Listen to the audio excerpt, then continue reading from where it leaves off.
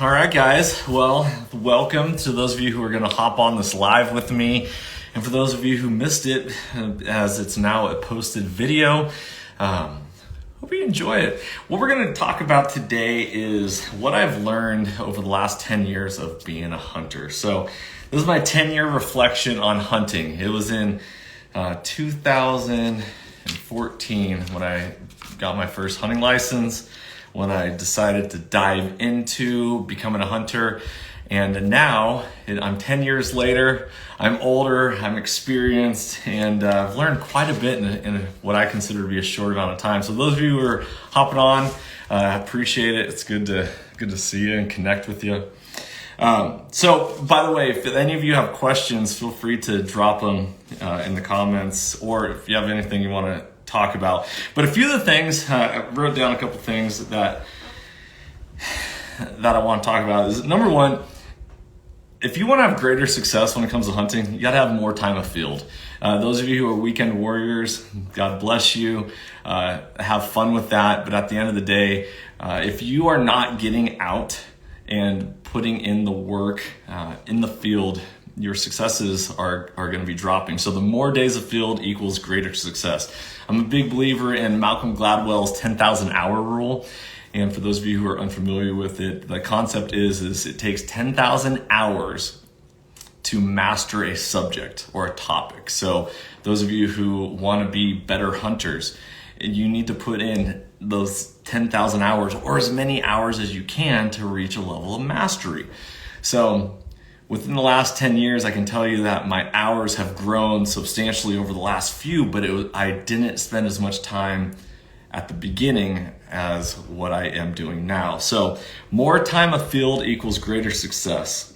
And Dane, if you're still watching, man, this is great stuff for you to know. Number one, the second thing that I want to talk about is I wish I would have started looking for out-of-state hunting opportunities sooner than I did. So when I first got into hunting, it was like, well, I want to master the state of Washington and everything that it offers prior to looking for other opportunities. There's pros and cons to that, but what I missed is a lot of points that I could have built for other states that, as I am now further along my hunting career, I wish I would have been more focused on, because now it's like, oh, well, I only have, a couple points in Wyoming. I don't have any points in Colorado or Montana. So I wish I would have started looking for out-of-state hunting opportunities more. And it's not so much that I'm concerned about the money aspect, which is a big part of it because it's getting way more expensive to hunt out of state. But it's all about that adventure. I want to have stories, and I am not a fan of going to the same stump and sitting on that stump and watching it clearing, or going to the same hunting location year after year. You're gonna get to be a better hunter the more that you are expanding and growing your skill set. Remember, more time afield equals greater success. So learning how to hunt and what you know to be true in a certain area, applying it to other states, regions, whatever that may be, is only going to make you that much better of a hunter. So the third one is, I learned that processing your own game is extremely rewarding. So I've taken meat to a processor before, and other people have processed meat for me, but when I dove into actually processing my own meat, cutting it off the bone, grinding it, trimming it, cutting into steaks, packaging it, I learned very quickly that is where some of the greatest reward comes from when being a hunter. I shot a whitetail this year. I butchered it, packaged it. I was the one who cooked it for my family, and before anything else, like from field to fork to mouth, no one's hands touched that meat except me. And that was a very powerful moment. And for us as hunters to be able to articulate that to people. I just had somebody, Peter Churchborn. He's the managing director of the NRA's Hunter Leadership Forum. I had him on the podcast and recorded earlier this week. I'll be dropping that here in a couple weeks. But they did a study in 2015 about American attitudes towards hunting and how to talk about hunting. And he said the number one thing that can persuade non-hunters. Remember, non-hunters are different than anti-hunters. So non-hunters, the number one thing that is persuading them is to be able to talk about eating the meat. So the more that we can articulate how we go about the importance of consuming the meat, using the meat, eating the meat, cooking it, and the power that it holds, and then being the person that takes it from the field all the way to our stomach and what it does for living, that is where the power comes from. And that's how we are going to advance pro-hunting across America and across this world. The freedom of speech amendment, the First Amendment to the Bill of Rights in the U.S. Constitution, freedom of speech is the most powerful one because of the spoken word. The more that we can articulate our words, the more that we can articulate our thoughts and how to speak about hunting, that is when differences are going to be made. So Peter Churchborn, and he was talking about this study, he said a lot of people will start voting pro-hunting initiatives or ballot box biology or whatever you want to call it because they like you as a human being. They're like, oh, well, I know Johnny, he hunts and he eats the meat and he eats wild game, so I'll vote for this more because they like you. So us as hunters to be open to communication, open to concept, open to dialogue that may make us feel uncomfortable, that is where the gains are going to happen in this world. And the more that we get to do that, the more that we get to share the gospel of hunting and how powerful and wonderful that is when we are making the biggest difference in this world for promoting hunting and making sure that it lasts for generations to come. As a father, if I tell my children I love them, they're gonna know that I love them. If I think it in my head, like, looking at my children and I only think the words I love them, they're gonna grow up thinking that, man, my dad never told me he loved me. That goes with hunting. That goes with anything in life. We need to speak the truth. We need to speak what we love and advocate and be an ambassador for hunting everywhere we go. Every opportunity. Yeah. Oh, you don't hunt? Oh man, you gotta try it, because experiences always trump opinions. Always. Opinions are like the wind. They blow, here we go. But when someone has an experience and they can speak to that experience, that is where true power comes from. So processing your own wild meat is extremely rewarding. Yeah. Oh, buddy. My kiddo's coming in. Pale in my eyeball. I'm sorry. We're doing a video real quick. Can you hold on? Yeah. All right. So, can you shut that door, please? All right. So, let me shut this door and I'll get right back to this.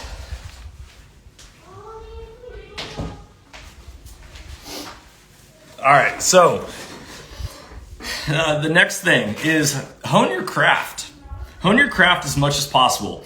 Reduce user errors by being prepared. So those of you who are only shooting your guns, your bows, all that, just in lead up to the season, you're not going to be as successful throughout your career or your journey. And this, I'm speaking to myself also. These are all personal experiences. I need to continually getting better as a shooter. Whether it's shooting my bow, shooting my rifle, whatever that is. These are reflections over the last 10 years of me being a hunter. So just like that 10,000 hour rule that I mentioned earlier, the more time you put in, the more higher level of mastery you're gonna reach. We need to be able to shoot, and not just shoot, from a bench. We gotta shoot prone, we gotta shoot in awkward positions, because that's what it's like when we're out in the mountains, when we're out getting after it, a field. So hone your craft as much as possible. Live hunting. It is a lifestyle. It's not a hobby. It's not a pastime. It's not like, oh man, yeah, I used to shoot baskets and play basketball, and every now and then I can still pick it up and do that. It's like, you owe it to yourself. You owe it to your animal that you're pursuing and the life that you're about to take. by honing your craft and being the most efficient, deadly, and apex predator on the mountain. And that is one of the things that I learned. So just some words and reflections. Next one that I wrote down, and I already spoke about this a little bit, is learn how to talk about hunting. Be pro hunting wherever you go. Don't be ashamed. Do not be ashamed of how hunting has transformed your life in everything that you've done. Spread the gospel of it. It's amazing. Hunting has transformed my life. It has taken me from a life where I constantly didn't feel like I was good enough. I felt like I didn't have the skill set to provide. I didn't feel like I could trust myself. I was scared. I was a coward. There was a lot of things that in my former life prior to being a hunter that I was experiencing and wrestling with. When I stepped into being a hunter and taking the courageous step, at that point, I started to sharpen myself. I started to hone myself. I started to become better, because through adversity, we become stronger. We become better. Steel is only as strong as the fire that it gets put into. Clay is only as hardened as the fire that it gets put into. And so when we put ourselves in challenging situations, we become a better human being. And when we can talk about that and we can share this with the world, that is when we can start hooking more people and getting them involved. And we, not everyone needs to be a hunter. I believe in tribal roles, right? But everyone needs to be pro hunting. They need to be able to support you on your journey. They need to be able to support us, and we need to be able to talk about how hunters specifically have brought back animals from the brink of extinction, how the turkey population, the elk populations are larger and brought back more than they were prior to the North American model of wildlife conservation. These are the talking points that you need to understand and be able to share and articulate. Remember, nothing is more powerful than the spoken word. So learn how to talk about pro hunting. Don't be ashamed. There was, in the first couple of years, actually after I shot this elk right here, I took some of that meat and I made a taco lunch bar at my school. And I had a lot of teachers that it turned out they were not happy that it was a wild animal. And I brought this meat, but I got to talk to them about it. And I got to share how important it was for my life and my family and what it's done for me as an individual. And these are the things that start to plant seeds in people's mind. Like, oh man, well, Johnny's not a bad guy. He's doing this. Maybe there's more to hunting. I had a conversation the other day where I had a buddy of mine that I went to college with. He's not anti-hunting. He loves the concept of meat, but he's like, I don't know if I can actually squeeze the trigger. I don't know if I can be the person to kill that animal. And I talked to him about how in certain Native American cultures, they look upon wildlife as an offering from the animal to the human, that they are not to turn down or pass on an animal that offers itself. So that concept being said is like, well, you don't have to feel shame or guilt in killing an animal or taking the life of an animal.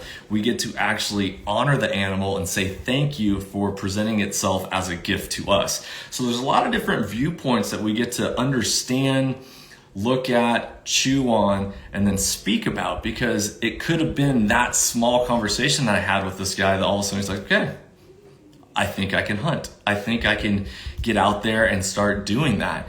And that is super powerful. But if you are constantly only with blinders on and only looking at it from one angle, then you're not doing yourself a favor. Just very similar to those of you who watched the movie Ferris Bueller's Day Off.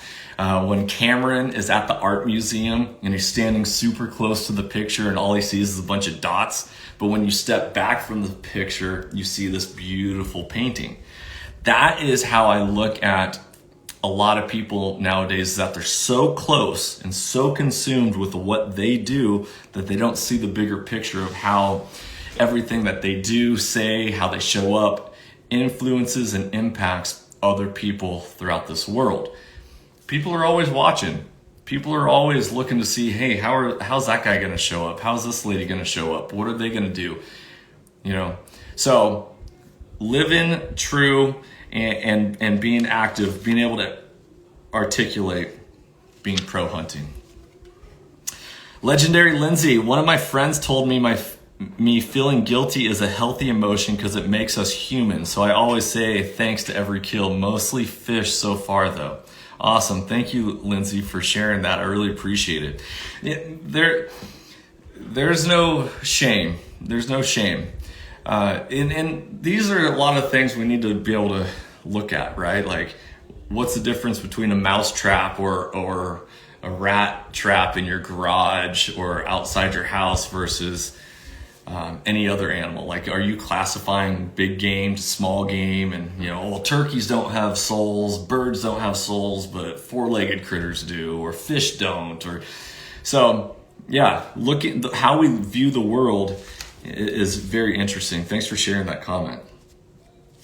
The next one is hunt as many species as possible. I'm a child of the 90s, and during the 90s, we had a thing called cross-trainers. Bo Jackson was professional baseball player, football player, and a track athlete and a track star. Deion Sanders, all these. The idea that doing one thing made you better at other things. So I love hunting black bears. I just got back from the state of Idaho. When I hunt black bears, I am specifically hunting them, but I'm keeping an open mind on, hey, what would it be like to hunt deer during the season? What would it be like to hunt elk in this area? What other animals am I looking for? And I'm marking it in my Onyx. I'm keeping it in the back of my mind. I'm taking notes, and I'm using that as a resource for future. So I have actually killed one of my spring bear locations from a couple years ago. I ended up going back later in the fall and shooting a beautiful white-tailed deer. Killed turkeys there. These opportunities arise when you start to hunt more animals, because if you're only hunting one species and dedicating towards that, there's nothing wrong with that, but you're missing out on opportunities to observe animals in their natural habitat when there's not hunting pressure on them. You're seeing their escape routes. You're seeing what they're eating. You're getting a closer look at them. I just got back from Idaho and I saw some grouse on my hunt. I'm like, okay, now I have some grouse locations if I ever want to go back there in the fall and all these. So hunt as many species as possible. All types of hunting make you a better hunter. Practice stalks, even if it's not that animal and game season.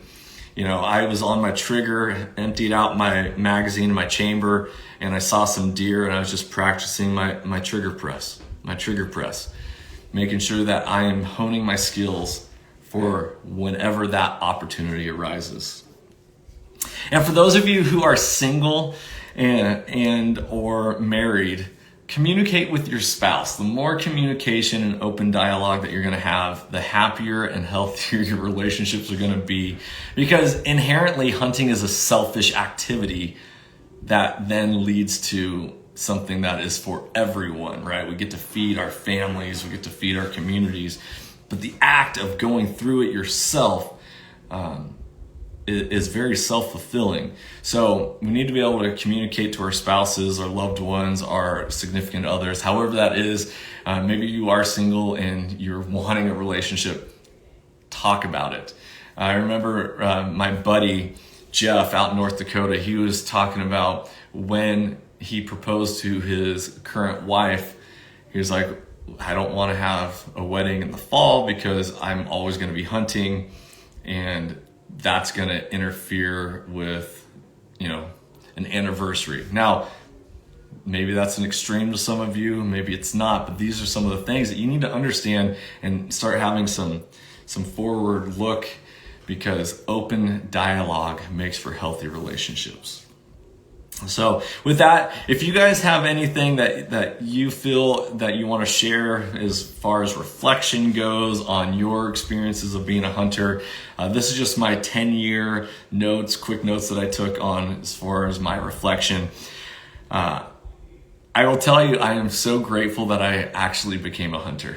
I am so grateful that I finally, I did something for myself, which, you know, a lot of people forget very often that it's okay, and you need to take care of yourself, because if you don't take care of yourself, you're not going to be able to take care of others, right? If you can't lead yourself, you can't lead others.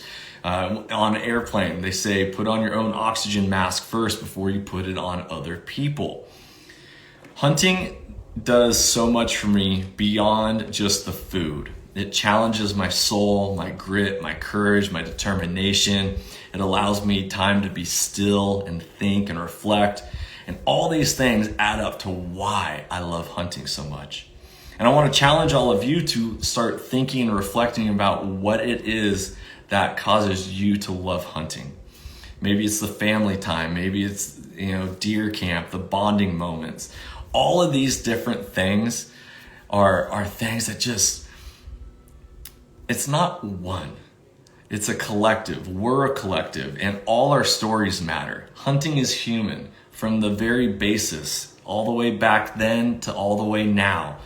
What we do to provide life for ourselves and sustenance for our families goes beyond just the hunt, and we gotta be able to talk about it. One day left in my main black bear hunt. I hope to get it done. Good luck. Good luck, Mr. Singleton. I really hope that comes to fruition for you. I'll be praying for you and sending out some good thoughts. But anyways, guys, thanks for hopping on with this live. I appreciate all of you. Thanks for following along, Soul Seekers Nation. I got a wonderful podcast coming up on Monday. We're recapping the bear hunt in Idaho. Wild story, wild adventures, ultimate highs, ultimate lows, and eventually great success. So that's going to be dropping on Monday. And thank you for all you people who have been supporters of Soul Seekers. Season 4 of the show is live on Carbon TV. You can go watch those now. And we're going to be dropping weekly podcast episodes every week from here on out, and we're starting to film season 5. Remember that mentorship is conservation. If you want hunting to last for generations to come, then you need to invest in the hearts and lives of other people. You have to invest in the hearts and lives of other people, because hunting has the power to transform lives through primal adventure, and that you can never outgive good. You can never outgive good. Be blessed, everybody. Remember, you got to be the change you want to see in the world. I'm Johnny Mack, Soul Seekers. Have a good one.